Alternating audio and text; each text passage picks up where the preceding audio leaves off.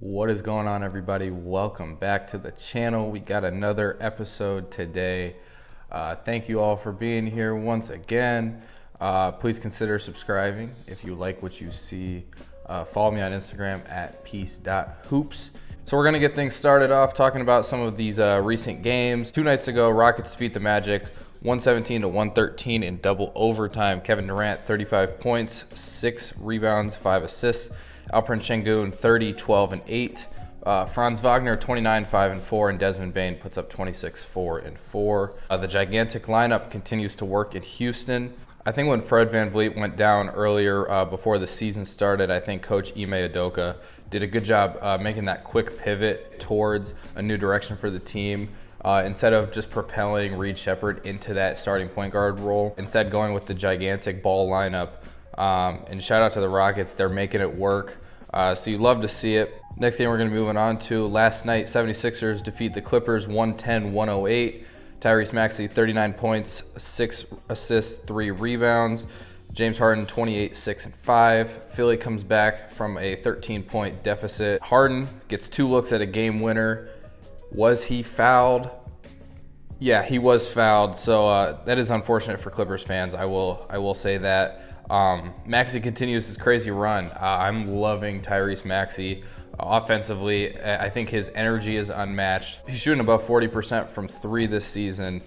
Some of the finishes that he makes at the rim is some of the most unreal finishes I have seen from a player. So shout out to Tyrese Maxey. Keep doing your thing. And Philly's got an exciting squad. I don't think they're fully ruled out this season. But yeah, moving forward, Bulls defeat the Nuggets last night, 130-127. Josh Giddey posts 21, 14, and 6. Nikola Jokic, 36, 18, and 13. Jamal Murray, 34 points, 11 assists. Bulls stay resilient after dropping 5 in a row. It was really a full team effort last night. I don't really think one stat line stood out, but it is, I think, definitely a proving game for the Bulls that they are not just that play-in team this season. I think they showed that they had some more in store for the rest of the league this season. So shout out to them. However, even though the Nuggets lost, I have written down Jokic is still that guy. So those are the 3 games I'm going to talk about. Pretty quick recap. So moving on to the next segment, I'm going to do all 30 NBA teams. What are their biggest red flags? So I'm going to start today with the Western Conference, and then next episode I'm going to do the Eastern Conference, kind of split it up. I guess just to get things kicked off, we're going to start with the Sacramento Kings. And for their biggest red flag, I put down they are too invested in an unproven concept. I think we all know at this point that the DeMar DeRozan Zach LaVine duo does not work. Just 2 ball-dominant average playmakers. And then tying up money with Dennis Schroeder, but then signing Russell Westbrook.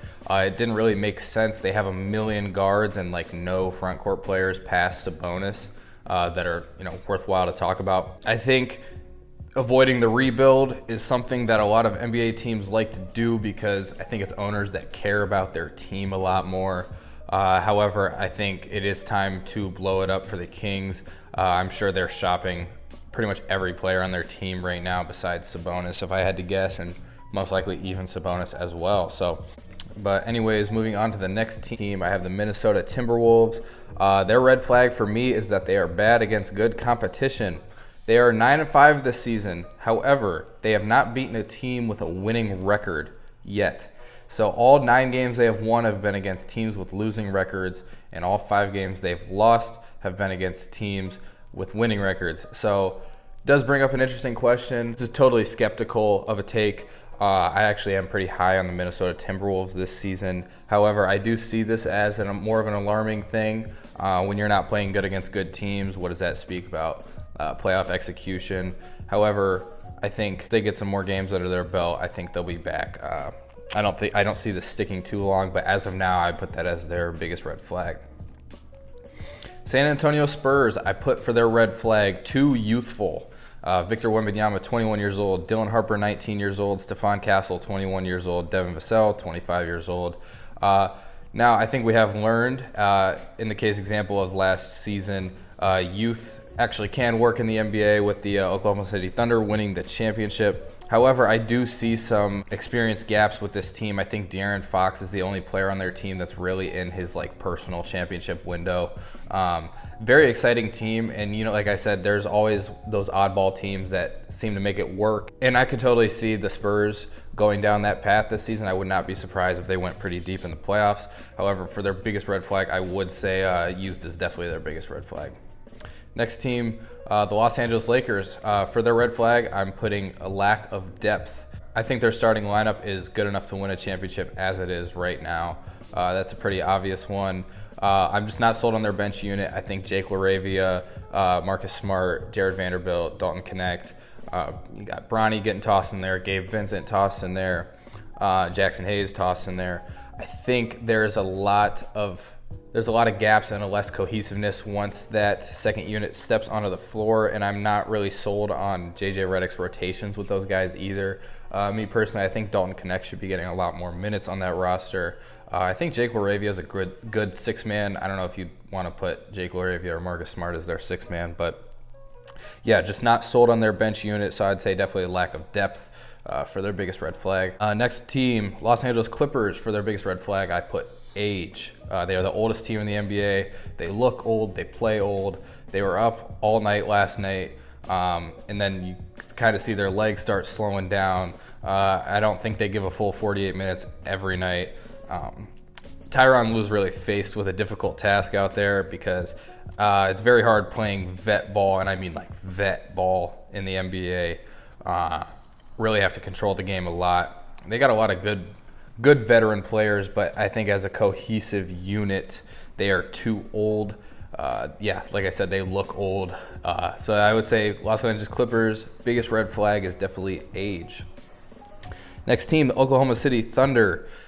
The only thing I can really think about is that it's hard to repeat in the NBA. You have a target on your back every night when you play after winning a championship. So they don't really have any red flags, if we're being honest. They've been very solid this season once again. So if I had to pick one, I would say hard to repeat. For the Memphis Grizzlies, their biggest red flag, I would definitely say Ja Morant has been their biggest red flag this season. If you're not fully familiar with what I'm talking about, go back to my first episode on this channel 2 videos ago. I discussed a lot more in depth about the Ja Morant situation out in Memphis. More of the story, he hasn't been playing well this season. So I would definitely say their biggest red flag is Ja Morant. Not going to touch on it too much more. You can, shameless plug, go watch my old video. So yeah. Houston Rockets, I would say their biggest red flag, as we discussed earlier, would be point guard play or lack of point guard play. Now, this is more of a down the stretch thing. Clearly, the rotation they've been using so far this season has, I would say, worked. The gigantic ball running Amen Thompson at the point guard, Kevin Durant basically at the shooting guard. I will say, I think it leads potential for matchup issues, especially if we're looking at like a 7-game playoff series. I think if teams go quick on them, there's ways they could definitely lose games with this lineup in. So I would say a lack of a point guard could play a factor into them losing in a playoff series. I think also playmaking is a big issue. As good of a playmaker as Şengün is out in Houston, I think he definitely, he's damn near 7 feet tall. There's just some things you're not physically able to do, and I think sometimes he can be a little less controlled of a ball handler, a little less controlled of a passer. So I do think I would definitely say point guard play is the biggest issue in Houston right now. Next team, Dallas Mavericks. Their biggest red flag to me, and I'm sure everybody else that watches the NBA, would be health.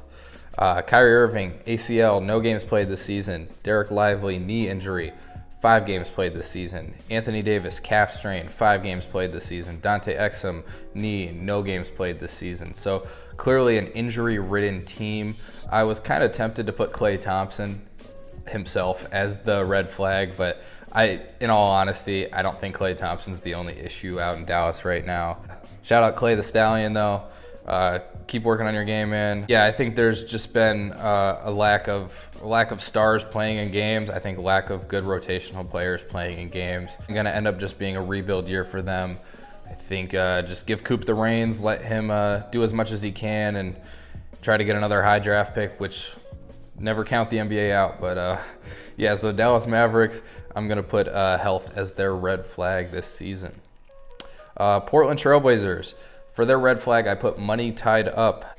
They owe Drew Holiday $67.2 million over the next 2 seasons, and they owe Jeremy Grant $66.2 million over the next 2 seasons. So I honestly really do like what's happening in Portland right now.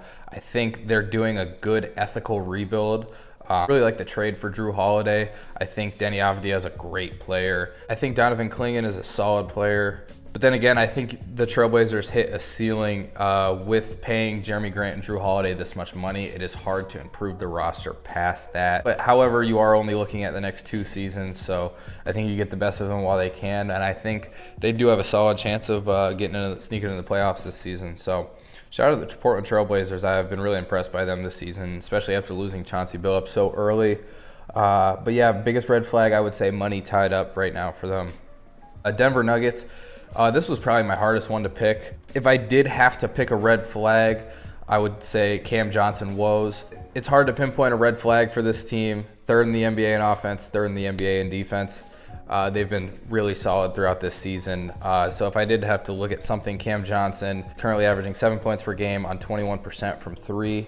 And then I guess if you were going to compare to Michael Porter Jr., last season Michael Porter Jr. averaged 18.2 points per game. This season Cam Johnson is averaging 8.2 points per game. So it is hard and very speculative to look at things like that because obviously you're giving a bigger role to Murray, you're giving a bigger role to Jokic, even if that can even exist. And they're also deeper, so very hard to compare direct points per game. But if I did have to pinpoint something, I would say Cam Johnson. I think he'll be back soon, playing how he normally does. So not too concerned with it. Anyways, moving on to the next team, Golden State Warriors. For their biggest red flag, I put age. Steph Curry and Jimmy Butler tandem. I think Steph Curry obviously shows more inconsistencies. He's getting older. It's not as possible to score 30 a night for him. Jimmy Butler, I think you see some of that age because he's a player who relies a lot on his athleticism. Other guys, I would say less of those two is the concern. I would say more of the concern, Draymond getting older, just harder to keep up with guys being that defensive presence on that team. And then rotational guys, Al Horford. I think just in general, they're one injury away from not being a playoff team. So I think the Golden State Warriors, I would say their biggest red flag is definitely age. However, if they stay healthy, I think they could shock some teams this year, but we shall see. Next team, Phoenix Suns. I would say their biggest red flag is having no second star on the roster.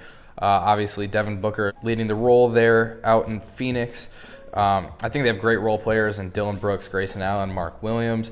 However, I do think it is hard to sustain that success without a reliable second option on the team. I think Colin Gillespie's done a good job stepping up, playing some bench point guard minutes. Dillon Brooks averaging 22 points per game this season. There's a very bright outlook for the Suns this year, which I think a lot of people didn't expect. They're playing about on pace to how they were playing last year with Kevin Durant and Bradley Beal on the roster. So I think they're a solid 500 team. I think they might dip a little bit below 500 before the season's over. But I would definitely say when you're looking throughout the course of an entire season, their biggest red flag is definitely not having a second star on that roster. All right, next team, Utah Jazz. I would say their biggest red flag is a lack of experience. Lauri Markkanen has played 9 years in the NBA and has yet to play in a playoff game. That is a wild stat to hear. And then I guess going on from there, Keontae George, Ace Bailey, Kyle Filipowski, Bryce Sensabaugh, Isaiah Collier. The common theme with these players is they're all in their youth. I think I honestly really like what's going on out in Utah this season. Lauri Markkanen's been having a hell of a year. He's been hooping for sure. I just think a lack of experience. Obviously, this Utah team's not looking at even making the playoffs this season, but I like that they've been competitive. I like that they've won some games. They've had some huge nights. Keontae George has progressed a lot as a player. He is on my fantasy team, so shout out Keontae George. But yeah, Utah Jazz, I would definitely say a lack of experience is their biggest red flag this season. And the last and final team of the Western Conference is the New Orleans Pelicans. And you could basically say their red flag is the New Orleans Pelicans. However, I wrote down worst offense in the NBA. Simply put, Pelicans are in a bad place right now. I talked a little bit about them on my last video. They fired their head coach. So New Orleans Pelicans, get better soon. Biggest red flag, worst offense in the NBA. And for the last section of the day, I do want to give a shout out to Janice Jenkins for giving NBA Media one of the greatest interview clips of all time. I'm going to roll the clip right here. We all nasty dogs, nasty boys, whatever you want to call it. That's us. A bunch of mutts. You don't want no mutt in your house, do you? Nobody like mutts. We nasty boys. That's what we are. So you guys obviously embrace it, talk about it, or anything? We are nasty boys. That's what we are. That's what we are. But anyways, that is everything I have for the video today. I want to thank y'all for watching if you made it this far. More videos coming soon. Next video is going to be Eastern Conference red flags. So yeah, that's pretty much everything I got for the video. Thanks for tuning in. Peace.